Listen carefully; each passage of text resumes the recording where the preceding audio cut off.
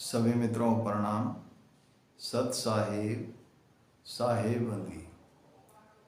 प्रिय सत्संग प्रेमियों, आज एक मित्र का प्रश्न आया है, परमात्मा कहाँ है। साथियों, ये भ्रम क्यों होता है? ये भ्रम इसलिए होता है, हमारे को सही मार्गदर्शक नहीं मिलता, सही जानकारी नहीं मिलती। सही मार्गदर्शक मिल जाए, रास्ता सही मिल जाए, और जब हम उस रास्ते पर चलें, और जब हम रास्ते पर चलेंगे तो हमारा स्वयं का विवेक जागृत होगा।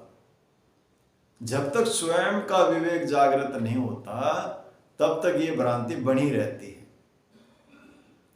सही मार्गदर्शक मिल गया, हमने मेहनत करी, पुरुषार्थ किया, तो जैसे हम आगे बढ़ते जाएंगे, जितना हम आगे बढ़ते जाएंगे उतना ही हमारा भ्रम दूर होता जाएगा। साथियों, जब तक यह भ्रम बना ही नहीं रहेगा, जब तक हमारे को इस तरह का मार्गदर्शक नहीं मिल जाता। तुलसी साहब कहते हैं, घट में है सूझत नहीं लानत ऐसी जिंदे, तुलसी संसार को भयो मोती बिंद। तुलसी साहब कहते हैं, वो मालिक को खुदा बंदी छोड़, वो तो घट में ही है, लेकिन सूझता नहीं है, जानकारी नहीं है, बोध नहीं है, अज्ञानता वश उसको कहीं बाहर ढूंढता है, कहीं तस्वीर में ढूंढता, मूर्ति में ढूंढता, गंगा जमुना में ढूंढता, काशी हरिद्वार में ढूंढता है, द्वारका में ढूंढता है, पता नहीं कहाँ कहाँ ये बाहर घूमता है, उसको कहीं बाहर खोजता, बाहर ढूंढता है। यही भ्रांति होगी। जब ये बाहर ढूंढता है, यही भ्रांति होगी। साहब कहते घट में सूझत नहीं लानत ऐसी जिंदगी, तो साहब कहते हैं ऐसी जिंदगी को तो लानत है, धिक्कार है ऐसी जिंदगी को। जबकि उस मालिक का पता नहीं लगा तो ऐसी जिंदगी को धिक्कार है, लानत ऐसी जिंदगी, तुलसी संसार को भयो मोतियाबिंद। कहते साहब इनको तो मोतियाबिंद हो गए, अंधे हो गए। क्यों अंधे हो गए? अज्ञानवश। अगर जानकारी हो सही तो फिर अंधे नहीं हो, जानकारी के बगैर अंधे हो गए। सभी संतों ने इशारा किया है। सदगुरु बंदी छोड़ कबीर साहब कहते हैं, सब घट मेरे साइया शून्य सेजना कोई, बलिहारी वाह घट की जा घट प्रगट होए। तो सदगुरु बंदी छोड़ भी इसी बात को कहते हैं, सब घट मेरे साइया, सब घट में हो मालिक को खुदा, वो बंदी छोड़ सब घट में, कोई घट खाली नहीं। केड़ी से लेकर के हाथी तक कोई भी घट खाली नहीं। सब घट मेरे साइया शून्य सेजना कोई, बलिहारी वाह घट जा घट प्रगट होए।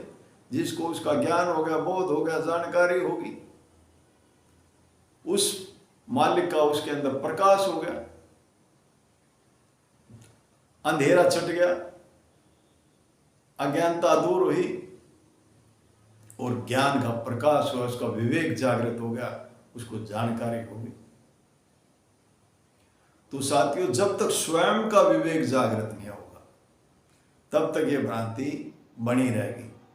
नित्यानंद महाराज भी कहते हैं अपनी वाणी में, बन बन ढूंढत हम फिर राम रहा हम माही, नित्यानंद गुरु ज्ञान बिन हम गत जानी नाही। नित्यानंद महाराज जी क्या कहते हैं?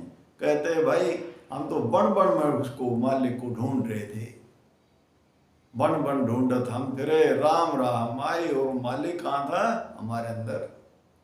नित्यानंद गुरु ज्ञान बिन, बोला गुरु का सानिध्य नहीं मिला, गुरु की शरण नहीं मिली, नित्यानंद गुरु ज्ञान बिन हम गत जानी नाई, हमारे को इसका भेद नहीं पाया। जब नित्यानंद महाराज गुमानी दास के सानिध्य में गए और उन्होंने उनको शब्द का भेद दिया, शब्द की जानकारी दी, और वो मार्ग मिल गया, सत्य का मार्ग मिल गया। गुमानी दास जी ने उनको सत का मार्ग दे दिया।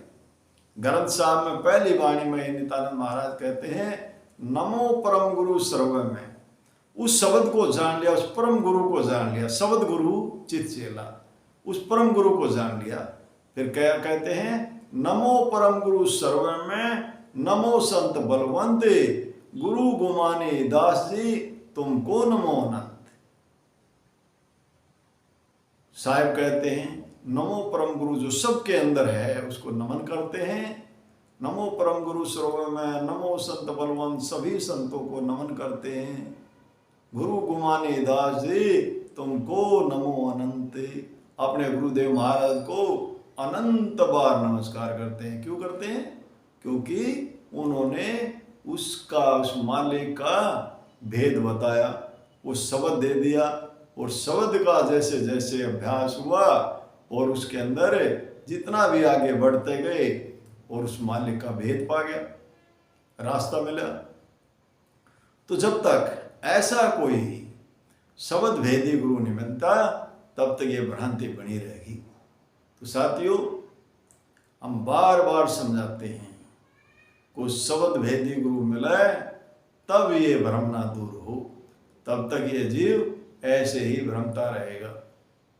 इन्हीं शब्दों के साथ वाणी को विराम देता हूँ। बोलो साधु सत साहिब, बोलो साधु सत साहिब।